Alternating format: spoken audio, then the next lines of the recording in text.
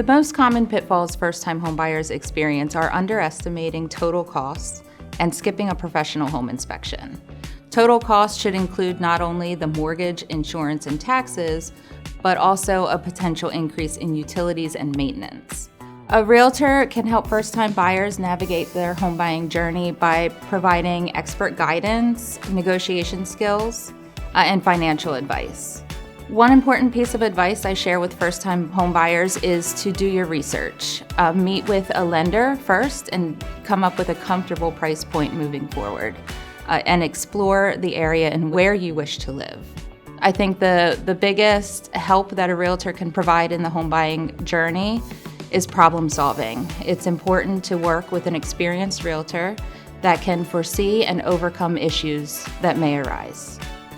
Tri-County Suburban REALTORS offers a wide range of services. They offer mediation support in case something was to go wrong.